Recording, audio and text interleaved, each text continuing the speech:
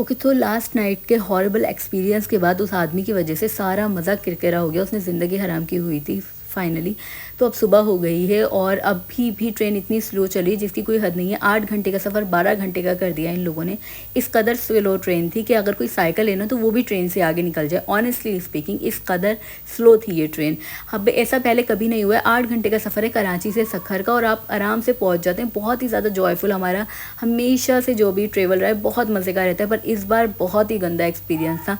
लोग इतने ज़्यादा अजीबोगरीब मिल गए और जाहिर है ये एक पब्लिक ट्रेन है तो ऐसा ही होगा, कोई प्राइवेट तो है नहीं। I can understand all these things, पर मैं आपको एक बात बता रही हूँ कि नीट एंड क्लीन करना ट्रेन को, ये तो गवर्नमेंट का हिसाब है ना, वो ये भी नहीं कर रहे। इस कदर गंदगी थी जिसकी कोई हद नहीं है। और वॉशरूम, पब्लिक ट्रेन के वॉशरूम तो आपको बहुत अच्छे से पता है किस तरह होते हैं। पहले बहुत क्लीन होते थे बट नाउ इस कदर गंदगी थी जिसकी कोई हद नहीं थी।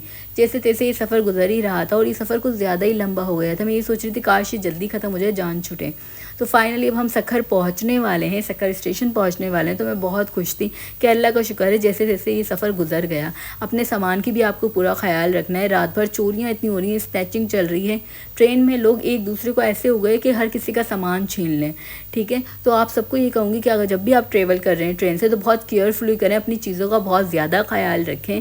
कहीं भी आप जा रहे हैं तो अपने बैग और हर चीज़ अपने पास रखें। अच्छा, ये एक डॉग था जो ट्रेन के नीचे आके बेचारा, इसके 2 हिस्से हो गए थे और उसे वो कौवे खा रहे थे।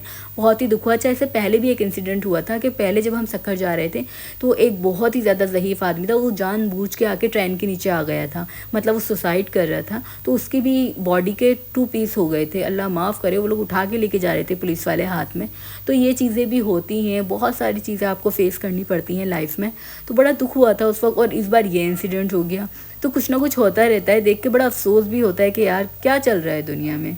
कराची के हालात तो है ही ख़राब, सखर के भी मज़ीद ख़राब है। लेकिन सखर के रोड में आपको एक बात बता दूं, सखर के रोड मच बेटर हैं कराची के हिसाब से। कराची में तो हर तरफ गड्ढे हैं, नाले खुले पड़े हैं, पर यहाँ ऐसा नहीं है। यहाँ के बहुत अच्छे रोड बने हुए हैं और अब तो काफ़ी यहाँ पर उन्नति हो रही है। बहुत ही खूबसूरत शहर बन गया है सखर माशाल्लाह से।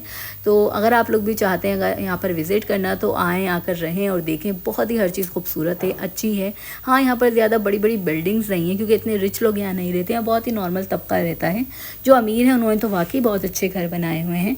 जो नॉर्मल है ज़ाहिर उनके नॉर्मल ही हैं, पर ये बहुत अच्छे से हम लोग सखर पहुंच गए थे। बहुत मैं खुश थी कि यहाँ का जो ब्रिज है ना ये बहुत ज़्यादा फेमस है बाय द वे, बहुत ज़्यादा। मेरी इतनी तबीयत ख़राब हो गई थी जिसकी कोई हद नहीं है क्योंकि ट्रैवल बहुत ज़्यादा लंबा हो गया। सोचो 8 घंटे का सफ़र 12 घंटे में चेंज हो जाए तो आपका क्या ही हाल होगा। ये सखर स्टेशन है बाय द वे। हम लोग फाइनली पहुंच गए थे और यहाँ भी हमने कूली किया था तो उसने हमसे 500 रुपीज़ दिए थे, but compare to Karachi station उन्होंने 1500 रुपीज़ चार्ज किए थे जस्ट आपका सामान स्टेशन से ट्रेन में रखने का और यहाँ पर भी स्टेशन से बाहर रखने का, क्योंकि सखर छोटा शहर है तो यहाँ पर इतने खर्चे नहीं हैं।